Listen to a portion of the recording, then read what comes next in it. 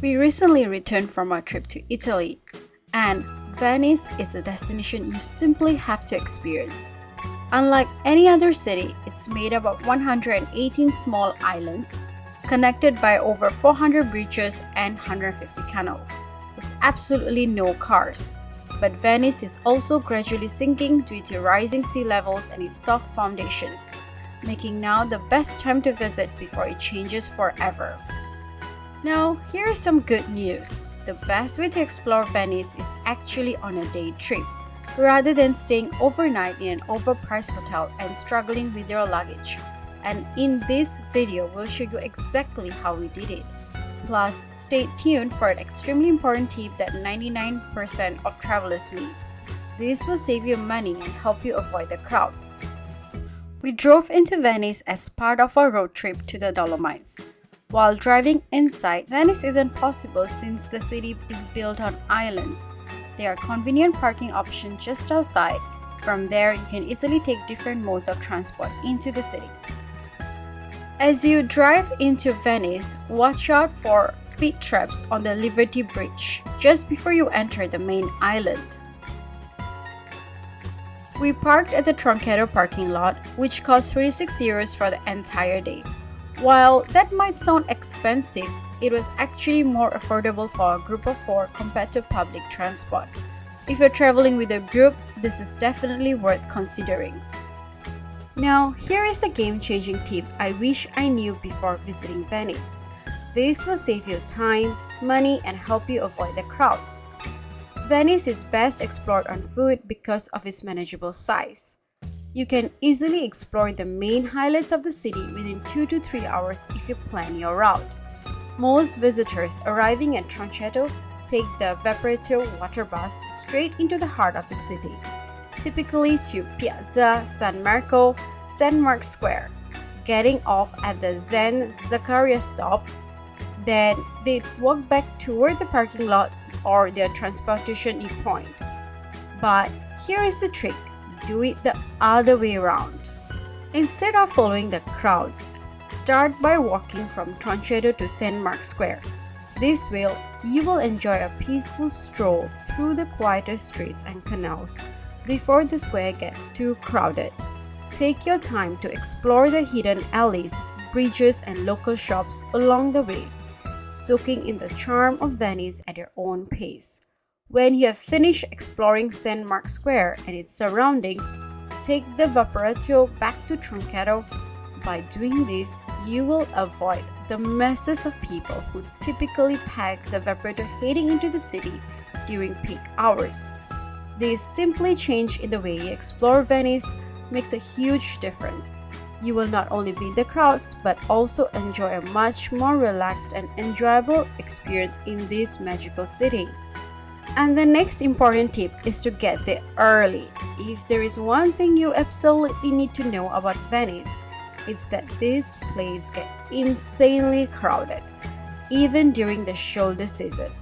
When we visited, it felt like some kind of pilgrimage with some sheer number of people. By midday, the narrow streets and main attraction like St. Mark's Square can feel packed to the brim.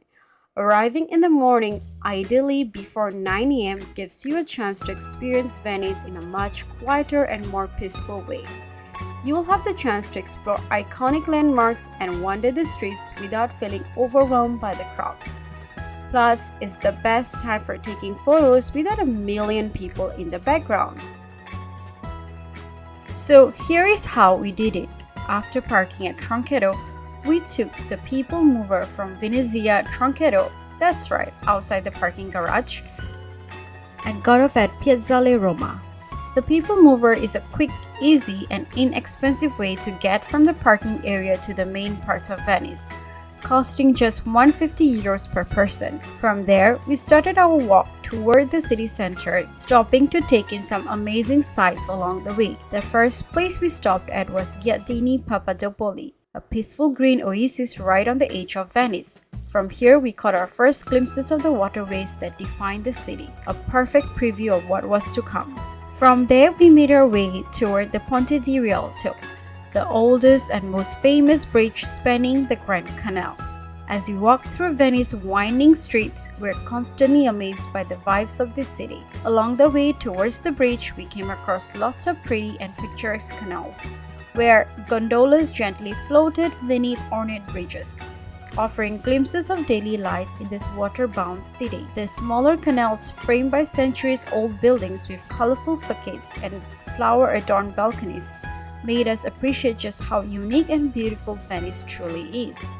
The streets leading to the bridge were lined with boutiques, artisanal shops, and souvenir stalls, each offering something unique.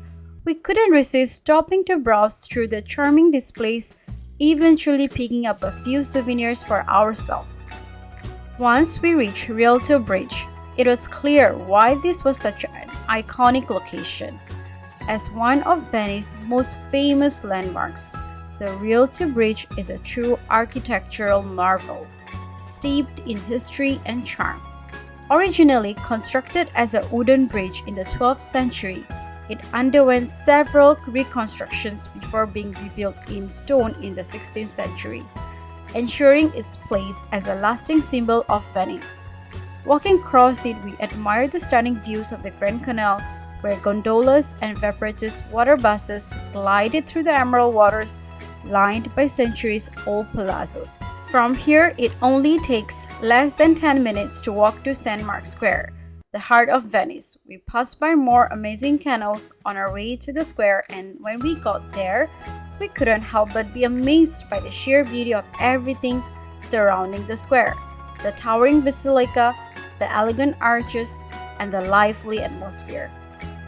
St. Mark's Square, also known as Piazza San Marco, is the most famous and important square in Venice, often called the living room of Europe because of its lively atmosphere and stunning architecture. It has been the center of Venetian life for centuries, serving as a hub for political, religious, and social gatherings. As we wandered through St. Mark's Square, we couldn't help but feel overwhelmed by its grandeur. The sheer size of the piazza, framed by centuries-old buildings, towering columns, and intricate facades, made it look like we had stepped into a different era.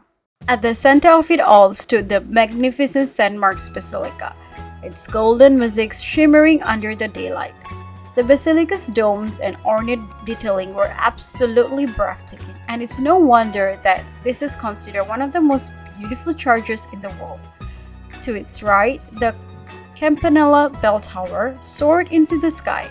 Standing at nearly 100 meters tall, is the tallest structure in Venice and offers incredible panoramic views if you take the elevator to the top. With every step, we felt immersed in the rich history and timeless beauty of St. Mark's Square. It's the kind of place where you could just spend hours just taking in the surroundings and watching the world go by, and appreciating the magic of Venice. We found a Halal Pizza and Burger shop right next to the square in an alley called Crush Pizza and Kebab. We got pizzas, burgers, fries, and many different kebabs, which I highly recommend. From here, we walked over Ponte della Paglia, a charming stone bridge that offers one of the best views of Ponte dei Sesperi, the Bridge of Sighs. This enclosed white limestone bridge with its intricate windows connects the Doge's palace to the old prison, and it's said that prisoners would take their final glimpse of Venice through these windows before being led to their cells, hence the name the Bridge of Sighs. After taking in the view, we made our way to the San Zaccaria ferry terminal to board the Vaporetto back to Troncato parking. As we waited for the boat, we looked across the water and saw the stunning Basilica di Santa Maria della Salute. With its massive white domes and grand Baroque design, this basilica is the second most important church in Venice, after St. Mark's Basilica. Sailing away on the Vaporetto, we reflected on everything we had seen in just a day, from quiet canals and historic bridges to bustling squares and breathtaking landmarks.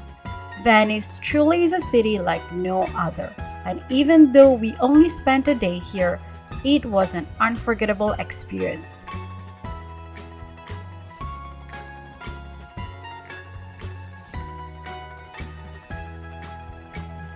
And that wraps up our detailed guide video on how to explore Venice in a day. Be sure to subscribe and stay tuned for more guides around the world. Meanwhile, check out our travel guides to Switzerland, Japan, and Sardinia in Italy.